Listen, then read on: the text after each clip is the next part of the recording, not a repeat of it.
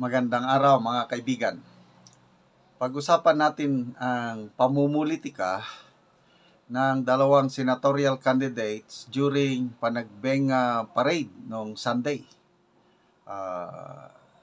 Mulat sa poll, pinagbabawal ng Panagbenga organizers na mahaluan ng pamumulitika ang Panagbenga Festival.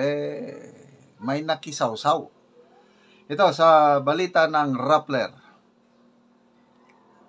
Title Aimee Lito Lapid banned from joining future Panagbenga parades. February 27 by Frank Simato. Forever banned for life.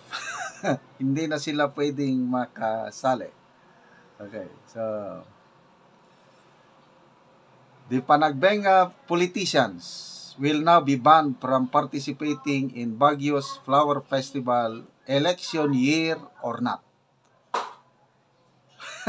Mabigat ito. Kahit walang eleksyon, hindi na pwede si Senator Aimee and Senator Lito Lapid. Bakit kaya? Okay.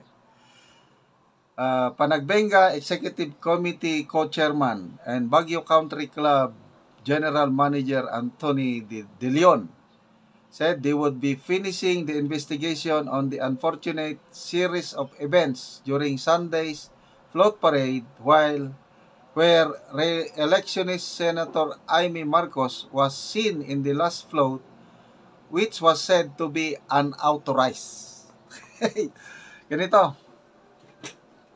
42 floats lang ang sumali.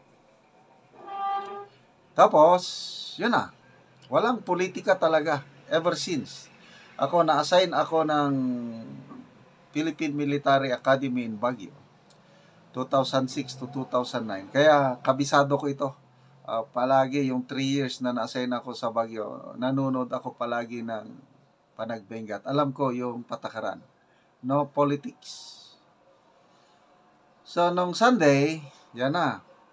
42 floats. Biglang may at the end. At the end of the 42, may sumali na ika-43. Ano yung ika-43? Na unauthorized. Yun na po, yung float. Nandun si Senator Aimee Marcos. Kaya, nabigla ang mga organizer, bakit? So doon, kaway-kaway. Then pagkatapos ng parade, bumaba ang senadora, tapos nakihalubilo sa mga tao. So, ayun. Reklamo ang mga organizers. Ganun pang nangyari. Ito, kay Senator Lito Lapid naman, wala siyang presensya. Hindi siya nagpakita. Kaya lang, may nagdi-distribute ng campaign materials ni Senator Lito Lapid. Ganun po ang nangyari. Okay, so, ano pa? Yan. An award-winning float was also shown giving away campaign materials of returning senatorial bet Lito Lapid. Kasi malalaki ang premyo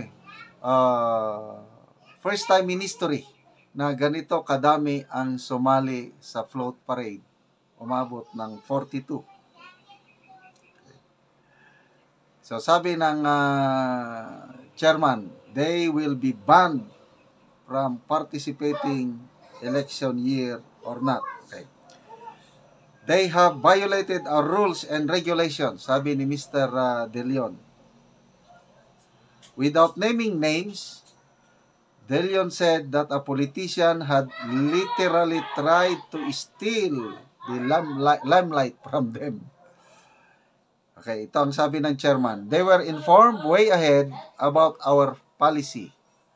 But on the event day, they wanted to be at the parade's start. We said no. Then they wanted to be in the middle and stop, and we said no.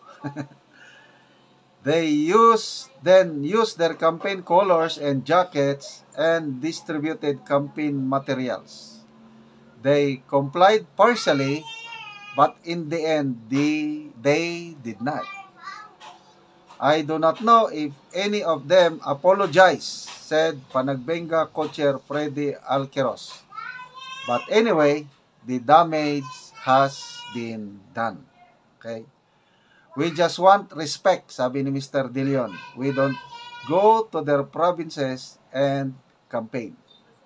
So, sa ngayon, medyo alanganin si Senator Amy Marcos dahil itong lumabas na survey results, bago lang SWS at WR numero, hindi siya nasama sa Magic 12. Nasa number 14 lang ata. Ito naman, medyo nakakagulat itong si Senator Lito Lapid. Itong survey, SWS at WR numero, pumapasok siya palagi. Anyway, malayo pa naman ang election date. Sabi nga ng WR numero, yung presidente ba nila, na marami pang mababago, sabi niya. Kasi kasisimula pa lang ng campaign period. Kaya depende na lang daw sa mga kandidato yung gagawin nilang campaign sortie o yung campaign, yung effectiveness ng campaign nila. So, tayo naman, kailangan yung siyam na senatorial lineup ng PDP laban. Sabi nga, nakikiusap si PRRD na para na lang sa aking anak, botohan nyo yung siyam. Para pag nanalo yung siyam, hindi na mai-impeach si BP Sara.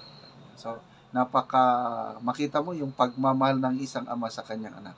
Nakikiusap siya sa publiko, botohan yung siyam na PDP laban candidate. So, ako, I have decided yes, straight, PDP yung siyam. Dadagdagan ko lang ng 3. Namimili pa ako kung sino yung 3 na aking idadagdag. Okay, mga kaibigan, salamat sa inyong palaging panonood sa ating channel. Nakakatulong po kayo indirectly sa Talaan Big Tribe ng Bukidnon dahil sa inyong panonood. Namimigay tayo ng construction materials, pako at yero sa tribo para makapagpatayo sila ng kanilang bagong bahay. Namimigay din tayo ng kaldero, plato, solar lights dahil kawawa ang kalagayan ng tribo. Nagbibigay din tayo ng livelihood assistance. Nakapagpatanim na tayo ng sayuti noon pa, 2 years ago.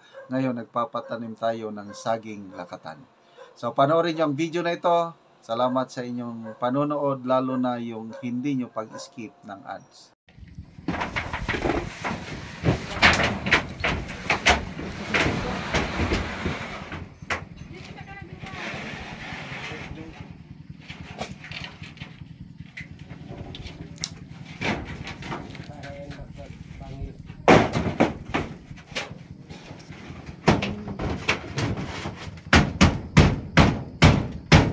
Lalo na kay Daot na gyud nga hero. Salamat.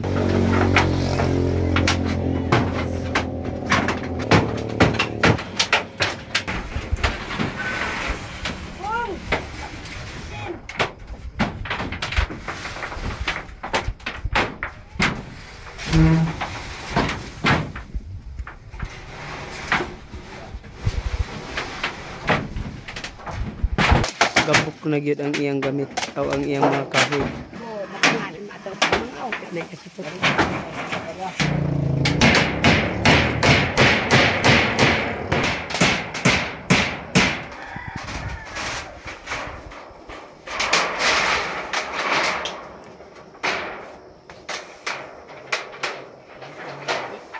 Now and nagsuda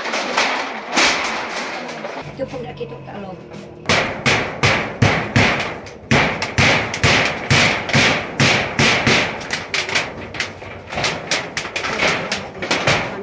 Lola, unsa man imong maistorya Lola nga karon natagaan na mo Plinsin, lansang karon nakaatop na mo og bag-o. Salamat sa Ginoo. Nagatan-aw sa video nga nakaatop na gid ni. Oo. Naba ko ang atop nawala na ang among gawot natuto kasi sa akong mag-ulan. Oo. Salamat kaayo sa nagtabang. Oo.